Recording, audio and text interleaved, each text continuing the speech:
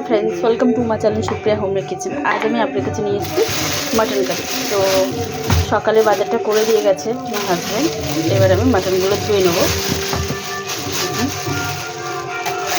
Mutton curry তো এবার মাটনগুলো আমি ধুয়ে প্রেসারে দিয়ে ফিরছি। তো দেখুন বন্ধুরা, আমি মাটনটা ভালো করে ধুয়ে নিয়েছি। আমি প্রেসারে শুধু একটাই অল্প আছে সিটি দিয়ে নেব। তো তার জন্য আমি দেখুন নুন দিয়ে দিলাম, কিছুটা নুন দিয়ে দিলাম, আবার পরে দেব। আচ্ছা, নুন আর গোলমরিচ দিয়ে দিলাম 1 চামচের মতো।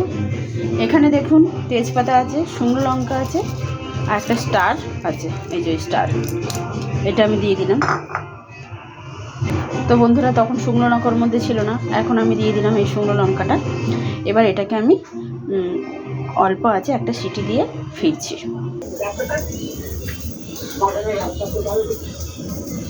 সেই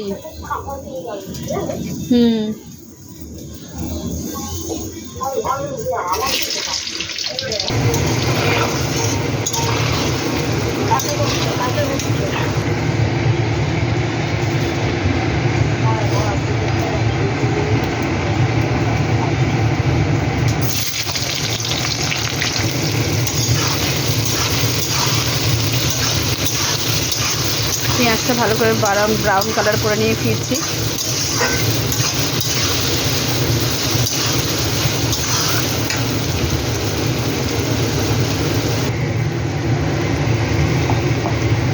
রসুন বাটা 2 চামচের মতো রসুন বাটা দিলাম। এর সাথে এবার কষবো, এটা কষে ফিরছি।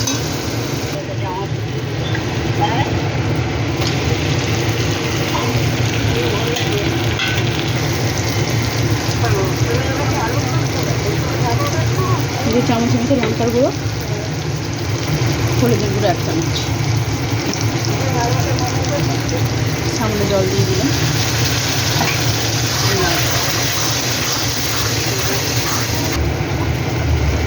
ধনের গুঁড়ো 2 চামচ, জিরের গুঁড়ো 2 চামচ, জল দিয়ে দিলাম।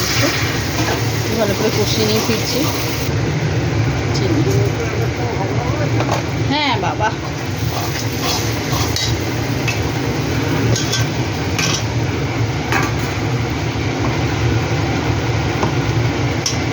আদা বাটা,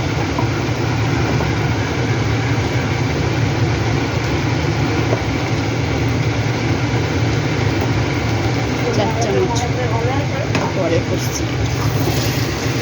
তো বন্ধুরা দেখুন, এবার আমি এই খাসির মাংসের ঢাকনাটা খুলে নিয়েছি। এবার এই স্ট্র দিয়ে কষবো, কষে আলুটা পুরো সিদ্ধ করে নেব। মাংসটা একদম লাস্টে দেবো, মাংসটা গলে গেছে।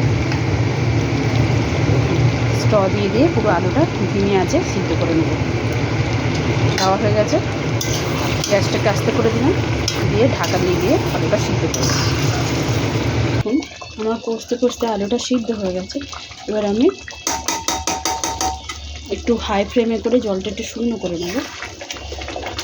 মানে স্ট্র দিয়েই তো রান্নাটা করছি না, একটু হাই ফ্লেমে করে শুকনো করে ফিরছি। তারপরে মাটনটা দিয়ে দেবো। তো দেখুন একটু কমে গেছে। এবার আমি মাটনটা পুরোটা দিয়ে দেবো।